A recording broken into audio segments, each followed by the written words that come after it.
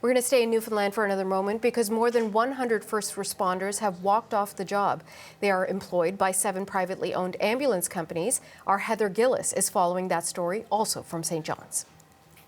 Well, Natasha, the issue is pay and no pension plan. And while the number of workers, the paramedics, emergency medical responders and dispatchers off the job is small, it's about 100 people, the strike will have a big impact on people living in rural Newfoundland. The private ambulance workers who are employed by Fewers and members of Teamsters Local 855 took to the picket line on Friday, and that happened after a Work to Rule campaign that lasted about 10 days. Now, they have been in a legal strike position since November.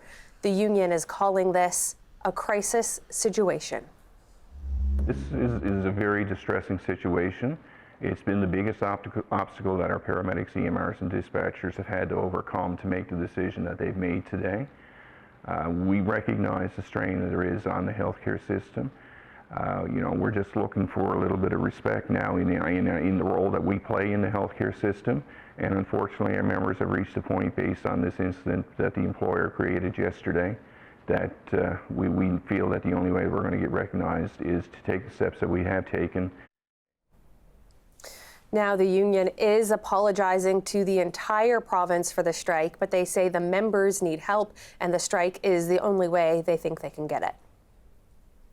What are we hearing from the paramedics? Well, the Paramedics Association says lives are at risk. Depending where you live in this province, the nearest health care center or hospital can sometimes be far away, making for long transport times if you're going by car or by ambulance. And on top of that, a number of rural emergency rooms in this province are facing lengthy closures, some facing intermittent closures, and it's all due to a lack of healthcare staff. The ERs that remain open, well, of course, they're busy. The president of the province's Paramedic Association says a broken healthcare system has allowed this strike to happen, and ambulance workers with the private company Fewers aren't considered essential. Here's Rodney Goody. He's with the Paramedics Association. There's definitely a great risk to the public at this time while the strike is happening. There is a great possibility that many lives could be harmed and affected by this strike that's happening right now for sure. And the province's Labour Minister says conciliators have been involved for about the last year, and he's trying to get both sides back to the table to bargain. The minister says a negotiated deal, though, is the preferred option.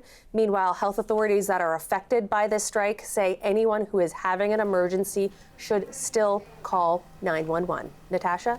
Heather Gillis reporting from St. John's.